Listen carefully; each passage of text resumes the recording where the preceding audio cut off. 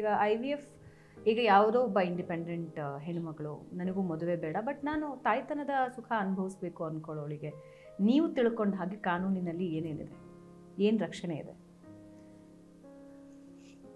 ಅಂದರೆ ನಾನು ಯಾಕೆ ಈ ಪ್ರಶ್ನೆ ಕೇಳ್ತಾ ಇದ್ದೀನಿ ಅಂದರೆ, ನೀವಿವತ್ತು ಓಪನ್ ಆಗಿ ಆಚೆ ಬಂದಿದ್ದೀರಿ. ಬಹಳಷ್ಟು ಜನರಿಗೆ ಇದನ್ನು ಹೇಳ್ಕೊಳ್ಳೋದಕ್ಕೂ ಕಷ್ಟ ಆಗಿರುತ್ತೆ, ಯಾಕಂದರೆ ನಮ್ಮ ಸೋಷಿಯಲ್ ವ್ಯವಸ್ಥೆ ಹಾಗೆ. ಸೊ ನಿಮ್ಮ ಈಗ ಹೊರಗೆ ಬಂದಿರೋದ್ರಿಂದ ಅವರಿಗೆ ಅದರ ವ್ಯಾಪ್ತಿ ಮತ್ತು ಪರಿಮಿತಿ, ಕಾನೂನಿನ ಚೌಕಟ್ಟು ಎಲ್ಲ ಗೊತ್ತಾಗ್ತಾ ಇದೆ. ಹಾಗಾಗಿನೇ ನಾನು ನಿಮ್ಮ ಪ್ರಶ್ನೆ ಕೇಳಿ. ಕರೆಕ್ಟ್.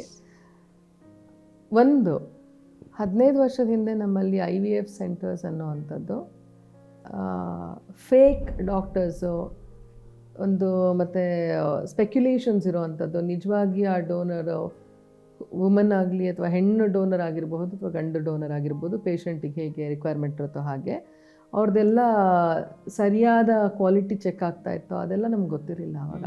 ಆಮೇಲೆ ನಮ್ಗೆ ಗೊತ್ತಿರೋ ಮಟ್ಟಿಗೆ ಬೆಂಗಳೂರಲ್ಲಿ ಒಂದಿಬ್ಬರು ಆಗಲೇ ಅರೆಸ್ಟು ಆಗಿ ಜೈಲಿಗೆ ಹೋಗಿರೋದಂಥದ್ದು ನಮಗಿದೆ. ಇದೆಲ್ಲ ಇರುವಾಗ ಮೋಸ್ಟ್ಲಿ ಇಷ್ಟೊಂದು ಭರವಸೆ ಕೊಡೋಕ್ಕಾಗ್ತಾ ಇರಲಿಲ್ವೇನೋ. ತದನಂತರದಲ್ಲಿ ಏನಾಗಿದೆ ಅಂತ ಹೇಳಿದ್ರೆ, ಈಗ ಸರ್ಕಾರ ಸಾಕಷ್ಟು ನಿಯಮಾವಳಿಯನ್ನು ತಂದಿದೆ. ನಿಯಮಾವಳಿ ಯಾರಿಗೆ ತಂದಿದೆ? ಪಡ್ಕೊಳ್ಳೋರಿಗಿಂತ ಹೆಚ್ಚಾಗಿ ನಾನು ಡೋನರ್ನ ತಗೊಳ್ತಾ ಇದ್ದೀನಿ ಅಥವಾ I want to undergo this treatment ಅನ್ನುವಾಗ ನಾನು ಯಾವ ನಿಯಮಾವಳಿಯಲ್ಲಿ ಬರಬೇಕು ಅಂತ ಹೇಳಿ ಆ ವೈದ್ಯಕೀಯ ಇದಕ್ಕೆ ಎಸ್ಟಾಬ್ಲಿಷ್ಮೆಂಟಿಗೆ they have given a proper ಒಂದು ಇದು ಕೊಟ್ಟಿದ್ದಾರೆ, ಇನ್ಸ್ಟ್ರಕ್ಷನ್ಸ್ ಕೊಟ್ಟಿದ್ದಾರೆ.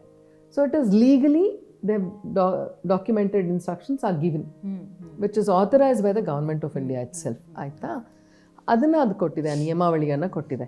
ಯಾವ್ಯಾವ ನಿಯಮಾವಳಿ ಇರಬಹುದು? ಒಂದು, how do you go for a donor, ಈ ಥರದ್ದು. ಅಥವಾ ನಿಮಗೆ ಡಾಕ್ಟರ್ ಏನು ಯಾವ ರೀತಿಯಲ್ಲಿ ನಿಮಗೆ ಹೇಗೆ ನಿಮ್ಮನ್ನು ಟ್ರೀಟ್ ಮಾಡಬೇಕು ಒಂದು. ಇನ್ನೊಂದು probably they will also check the establishment itself. ಅದರ ಅಥೆಂಟಿಕೇಶನನ್ನು ಸರ್ಕಾರ ಚೆಕ್ ಮಾಡುತ್ತೆ ಅಂತ ನಾನು ಅಂದ್ಕೊಂಡಿದ್ದೀನಿ. ಅದರ ವಯಸ್ಸಿನ ಮಿತಿ ಬಗ್ಗೆ ನಿಮ್ಗೆ ಅಸಮಾಧಾನ ಇದೆ? ವಯಸ್ಸಿನ ಮಿತಿ ಬಗ್ಗೆ ಅಸಮಾಧಾನ. ಯಾಕಂದರೆ 40ರಿಂದ 50 ವಯೋಮಿತಿ ಮಾಡಿದ್ದಾರೆ. 40 I feel it is already late a little bit for women. ನಿಮಗೆ ನಿಮ್ಮ ಪ್ರಕಾರ ಎಷ್ಟು ವಯೋಮಿತಿ ಇರಬೇಕು? ಇನ್ನೊಂದು 5 ವರ್ಷ ಆದರೂ ಕಮ್ಮಿ ಮಾಡಬೇಕು ಅಂತ ಅನ್ಸುತ್ತೆ. 35ರಿಂದ ಮಾಡಿದ್ರೆ, ಅಂದರೆ ಕನ್ಸಿಡರಿಂಗ್ ಟುಡೇಸ್ ನಮ್ಮ ಈ ಜನ್ರೇಷನ್ನ ಮತ್ತು ಮುಂಬರೋ ಜನ್ರೇಷನ್ನ ಇದು ಬಯೋಲಾಜಿಕಲ್ ಹೆಲ್ತ್ ನಾವು ಸಂಬಂಧಪಟ್ಟಂಗೆ ಮಾತಾಡಬೇಕಂತ ಹೇಳಿದ್ರೆ, ಸಿನ್ಸ್ ಬಿಕಾಸ್ ಆಫ್ ಈ ಫುಡ್, ಇವಾಗ ಆಹಾರ ಪದ್ಧತಿಯಲ್ಲಿ ಬದಲಾವಣೆ, ಹಾಗೆ ಇದು ರೇಡಿಯೇಷನ್ಸು, ಅದು ಇದು ಎಲ್ಲ ಸೇರಿ ನಮ್ಮ ದೇಹಕ್ಕೆ ಅಷ್ಟೊಂದು ಶಕ್ತಿ ಸಿಗ್ತಾ ಇಲ್ಲ. ಅದು ಮುಂಚಿನವ್ರಿಗೆ ಇದ್ದ ಶಕ್ತಿ ನಮ್ಮಲ್ಲಿಲ್ಲ. ಅದು ಕಮ್ಮಿ ಆಗಿರೋದ್ರಿಂದ, considering all this, they should do that. May be all year women wood give birth even at the age of 55.